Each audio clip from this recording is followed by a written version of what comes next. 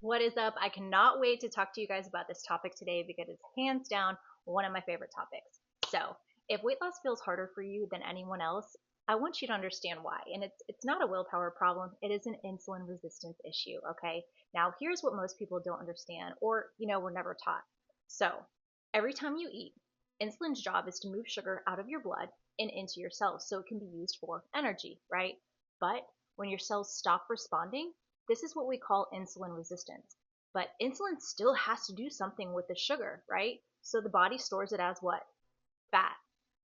That means even if you're eating less and you're working out more, your body is literally being told to store energy to survive. That is not failure. It is pure physiology. So this is why weight loss tools don't all work the same. So semaglutide, it works through our GLP-1 glucagon-like peptide 1. It tells your brain, I'm full, and it really controls and helps suppress your appetite. Now, trizepatide, it works through our GLP-1 and GIP, which is your glucose-dependent insulinotropic polypeptide, which helps with both appetite suppression and your insulin response. But retatrutide, game changer here, it is different. Retatrutide is a triple agonist, which means it acts on your GLP-1 for appetite, GIP for insulin signaling, and glucagon for metabolism. That is the game changer, okay? Together, those pathways work across the brain, the gut, the pancreas, and the liver to really improve how your body uses energy. So here's what that looks like in the human body. So your brain, the constant food noise will finally quiet down. The pancreas, your insulin will start doing its job the way it's actually supposed to. And in the liver, your body actually starts breaking down stored fat and uses it for energy. And that's when the weight, y'all, starts naturally falling off because your body finally isn't fighting you anymore. And that's why it's shown in research studies to be the largest weight loss results ever seen in trials. Not because it makes you starve, but because it actually fixes your body's machinery. Now, shifting gears, I also want to touch base on AOD 9604 because this part's a little misunderstood sometimes. AOD 9604 isn't an appetite drug. It's basically a modified fragment of growth hormone where that growth signaling portion is removed and it just leaves the part that supports your fat metabolism. So it focuses on fat burning without activating any form of growth pathways. It doesn't spike your insulin and it doesn't affect blood sugar. So what it does do, though, it helps the body use stored fat for energy, and it slows the creation of new fat cells. Why does this matter? Well, because once your body makes fat cells, you never get rid of them.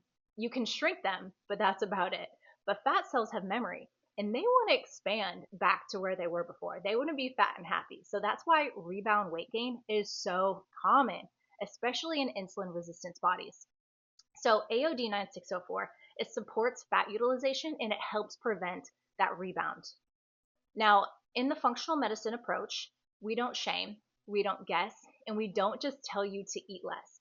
We look at insulin signaling, inflammation, stress, hormones, gut health, sleep, and then we decide if these advanced tools make sense for you. So now let me say this part plainly because people are asking about it. You may notice retatrutide is starting to disappear, and it's not disappearing because it is bad. It is disappearing because it is that good. This peptide is phenomenal. And when something starts showing this level of results, companies don't want everyone touching it.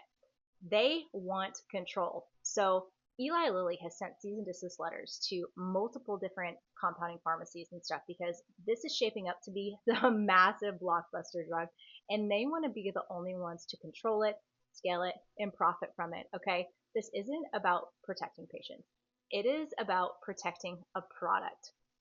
If the real goal were to help as many people as possible, access wouldn't be narrowing. It would be expanding. So that's how the system works, right? And it's exactly why chasing access to this stuff isn't only the answer out there. But by fixing our insulin resistance and metabolic signaling in a functional medicine atmosphere, that is what actually changes lives. This isn't about eating less, and it's not about willpower, okay? It is about insulin sensitivity, metabolic signaling. First, we need to fix the signal, and then the body will follow. Now, if this resonated with you guys, follow along for more root cause reality.